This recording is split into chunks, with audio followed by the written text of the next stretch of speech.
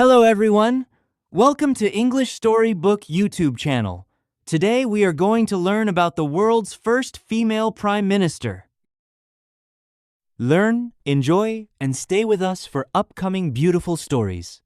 For the best practices, you are kindly requested to imitate the sentences after me.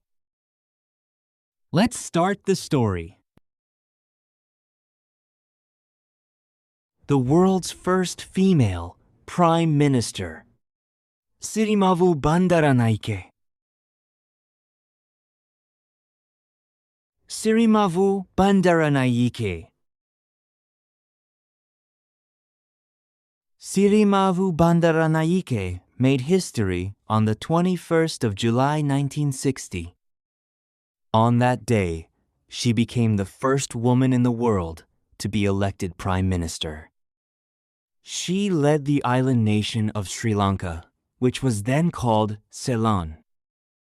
Her rise to power was a major event in global politics.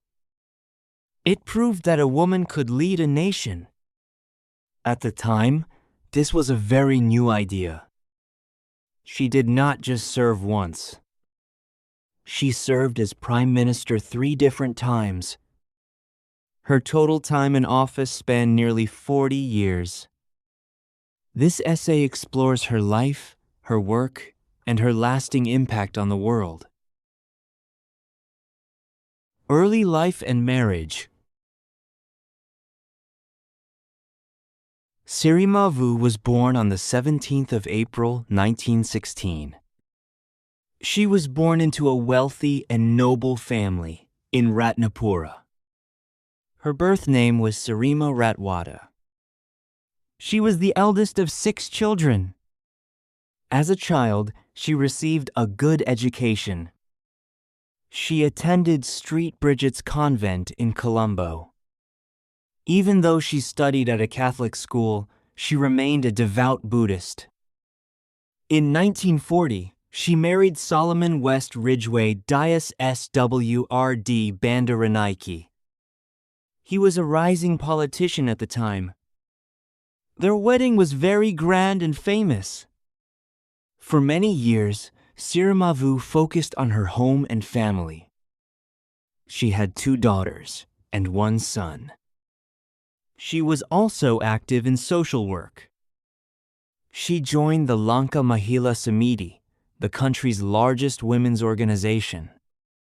She worked to help women in rural areas. She helped them improve their health and education. Entering politics. Sirimavo did not plan to enter politics. Her husband became Prime Minister in 1956. However, he was assassinated in 1959. This was a tragic turning point for the country and for her. After his death, his party was in trouble. They needed a leader people would trust. They asked Sirimavo to lead them. She was reluctant at first. She was a grieving widow with no political experience. But she decided to continue her husband's work. She campaigned across the country. She spoke with deep emotion about her late husband. Her opponents called her the weeping widow. But the voters were moved by her strength and her message.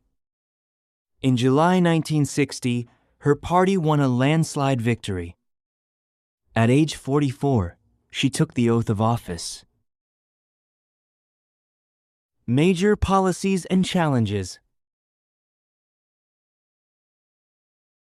Sirimavo was a strong believer in socialism. She wanted the government to control key parts of the economy. During her first term, she nationalized many industries. These included banking, insurance, and petroleum. She also took control of several newspapers. She wanted to reduce the influence of the wealthy elite. One of her most controversial acts was the Sinhala-only policy. This made Sinhala the sole official language of the country, It replaced English. This policy pleased many in the majority, but upset the Tamil minority. It led to protests and ethnic tensions that lasted for decades. She faced many domestic trials. In 1962, some military officers tried to overthrow her in a coup. The plot was discovered, and she remained in power. Later, in 1971, a left-wing youth group launched a violent rebellion. She acted firmly to stop the uprising. Her critics often said she was the only man in her cabinet because of her tough leadership. Global leadership. Sirimavo was very active on the world stage. She was a founding member of the non-aligned movement. This group included nations that did not want to take sides in the Cold War. She wanted Sri Lanka to remain neutral between the United States and the Soviet Union. She was also a skilled negotiator. In 1962, she helped reduce tensions between India and China. She hosted conferences in Colombo to find a peaceful solution to their border dispute. Her work earned her great respect from world leaders. In 1975, she was a key speaker at the first UN World Conference on Women in Mexico City. She was the only female prime minister at the event. Later years and legacy. Sirimavo's political life had many ups and downs. She lost power in 1977. In 1980, the new government stripped her of her civil rights. They accused her of abusing her power. She was barred from politics for 7 years. Despite this, she did not give up. Her rights were restored in 1986. She returned to power a third time in 1994. This time, her daughter, Chandrika Kumaratunga, was the president. It was the first time a mother and daughter led a country together. Although the role of prime minister was now less powerful, Sirimavo remained a respected figure. She finally retired in August 2000 due to her health. Sirimavo Bandaranaike died on the 10th of October 2000. She suffered a heart attack shortly after casting her vote in an election. Sri Lanka mourned her as the mother of the nation. Her legacy is complex. Some remember her for economic struggles and ethnic conflicts. Others remember her as a pioneer who broke the glass ceiling for women everywhere. She proved that leadership is not reserved for men.